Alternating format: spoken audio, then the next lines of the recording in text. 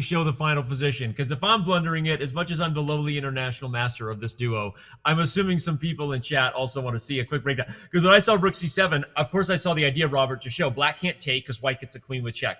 But I looked at bishop d6 check, and I'm like, Magnus just blundered. But okay, just highlight real quick, the bishop was pinned.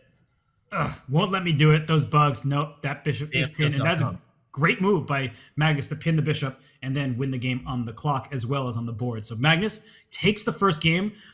As soon as we enter that endgame, Danny, you could feel Magnus gaining strength. And it may sound weird to hear that, but Magnus, he thrives deep in those endgames where the way forward isn't always obvious, and he was able to secure victory. So now we're in game 2. Magnus, his position from the black side, loose B pawn. That's the downside of developing your light square bishop so early, but very solid with the pawn triangle heading towards d5. So in your experience, Danny, do you like these positions from the black side? Do you feel they're a little bit too passive? How do you recommend going forward from here?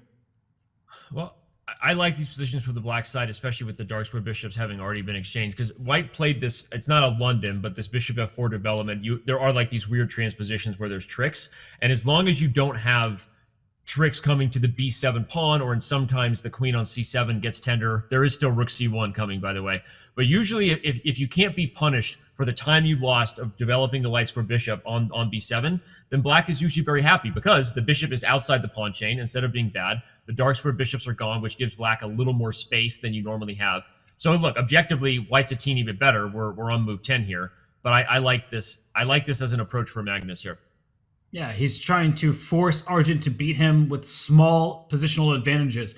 And Magnus, we read that quote from him. He said, Argent's a madman. And he meant that in the most complimentary way ever. He's saying his preparation is so creative, so deep, that you want to avoid that at all costs. And here we see just such a solid setup. White has the bishop. That sounds like an advantage, especially if the position is open. But is this position open? I don't think so. When I see a pawn chain like this, all of these pawns on light squares blunting that bishop's access to key squares, and queen b6, Danny, a queen trade, endgames, we know they're Magnus' specialty. Another endgame offering, another endgame on the board. If you're just tuning in, Magnus Carlsen won game 1 with white in a Petrov that entered an endgame, and then it entered Magnus territory. I like what you said, Robert. It's almost like you see him gaining strength. I don't want to make like a vampire reference or something, but it's like he's gaining strength, like taking the life out of others when he forces people into these endgames, because this is what Magnus wants. Look at this. This is just we're just going to play some maneuvering positional chess from now until we're both under a minute, and then we'll see how you handle yourself there. That might just be what he drew up at home.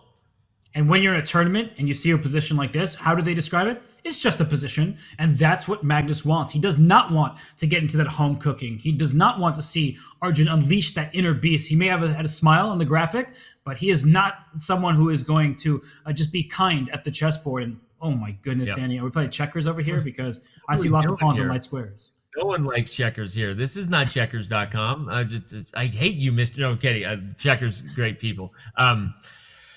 Yeah, this is an ugly structure, but it's also a solid structure for Magnus, right? And it plays well in terms of also, what are you biting on? E4 isn't a possibility, so white can't open position there. G4 isn't a possibility right now because the H4 pawn would fall to the rook.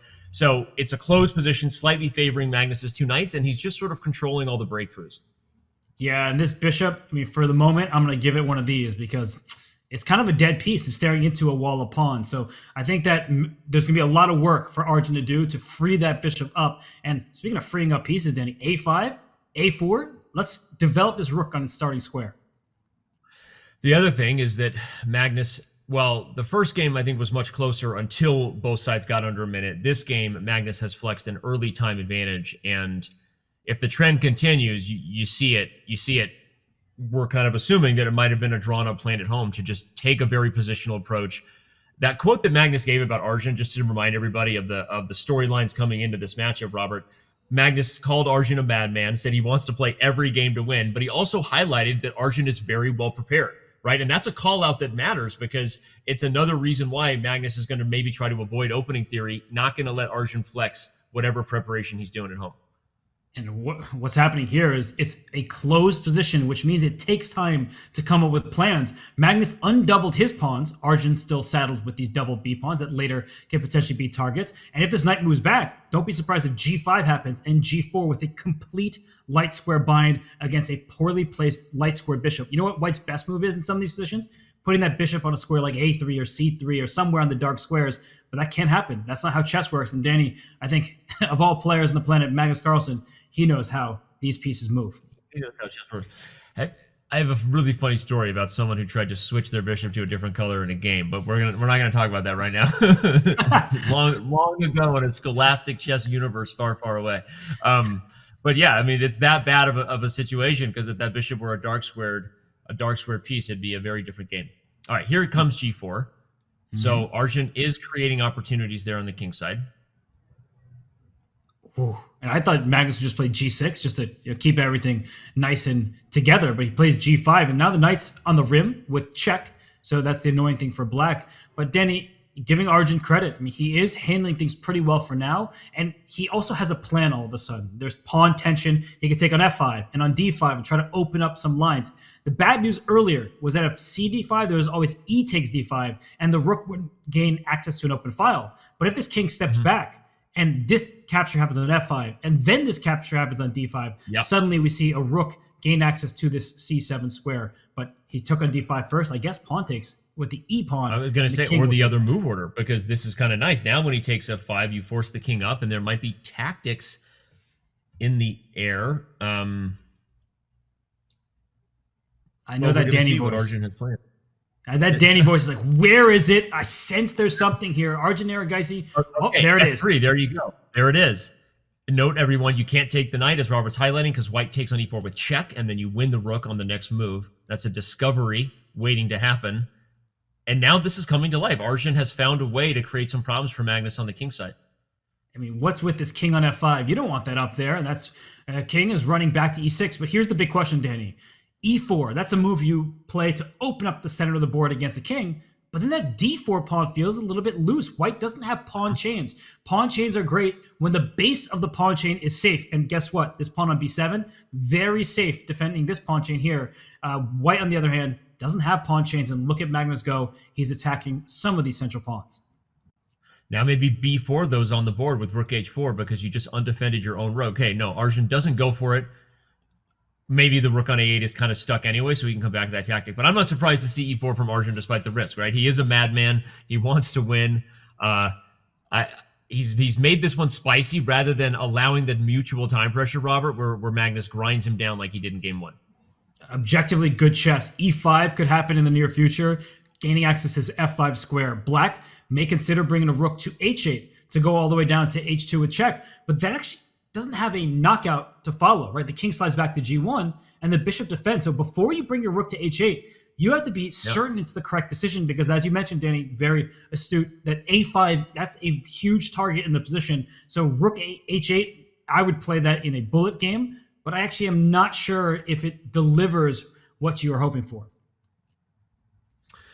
Agreed. And also just looking at the body language of the players, looking at the time taken, this is one of those spots where I want to call out the evil eval bar, because the computer's making it look like this is just a 50-50 position. But I feel like momentum is favoring Arjun right now. Magnus now down on the clock, and the tactics, or we'll call it, we always call black's position is more blunderable. You talked about rook H8. The king on E6 is tender, right? There are tactics in the air with E5, as you already highlighted, in the F5 square. So Magnus taking his time for a reason. Don't let the evil eval bar fool you here, everybody. And there you go. This is the kind of position where people blunder because it's harder than it looks.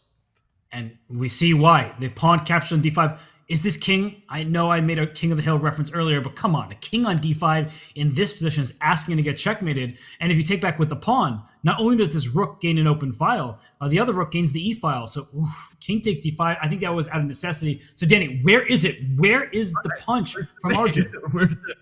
The king is on D5 and it's not king of the hill. So you're looking for tactics for Arjun. You're like, come on, where is it? Is B4 again on the agenda? Because remember, that pawn is pinned to the rook.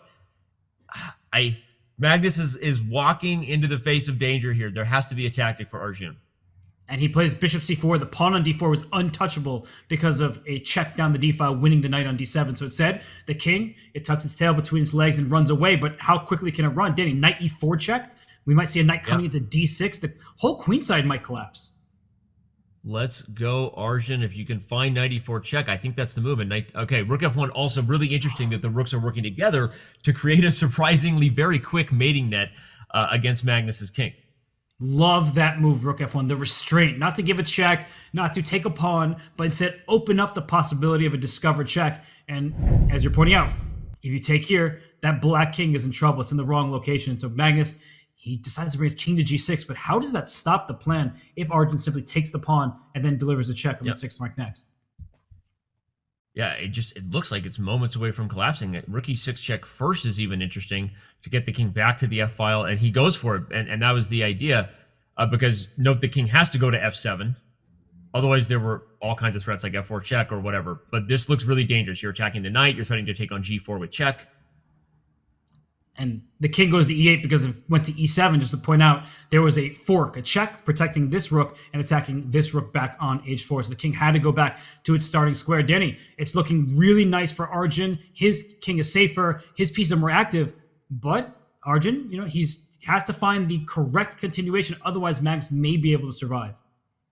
Magnus only has 5 seconds to figure it out, though. He goes back to f7. Magnus would happily take a draw here. Don't repeat again if you're Arjun. Find another move. He does. And look at this. We have a defense on the 7th rank. This black king is trying to snake away. King d8, king c7. That's the goal. However, there was rook g8 check on the agenda. So 3 seconds for Magnus. Danny, he makes a blunder in his time trouble. It's so funny. The computer points out blunder, and I'm like, where is it? Oh, it's rook e3 check. And then if king f7, then you come down to e7. I mean, I say with a higher voice because I'm insecure and I don't know what I'm talking about. I mean, that looks extremely good. But Magnus done 1 second. He's barely getting these moves off. And at the very least, Arjun can say, thanks for the material. But look at this. Oh, losing pawns opens files. That rook is happy to see the b file. But again, resourceful. Yeah, it's resourceful Magnus right now. He's not out of the woods yet, but suddenly both sides under 5 seconds. And Arjun has let this slip. I mean, it still looks so good for white up a pawn. But that black king, it's active. And now he's trying to get these pawns. He's down 2, though. Really nice, though, there from Magnus, recognizing the rook ending more than likely a draw because his king is so active and those pawns are split. And that's an A pawn, which means that any king and pawn game would be a draw. Here it is. That is it. Unbelievable. Yeah, I was about to finish your sandwich there, Danny. Unbelievable save Magnus.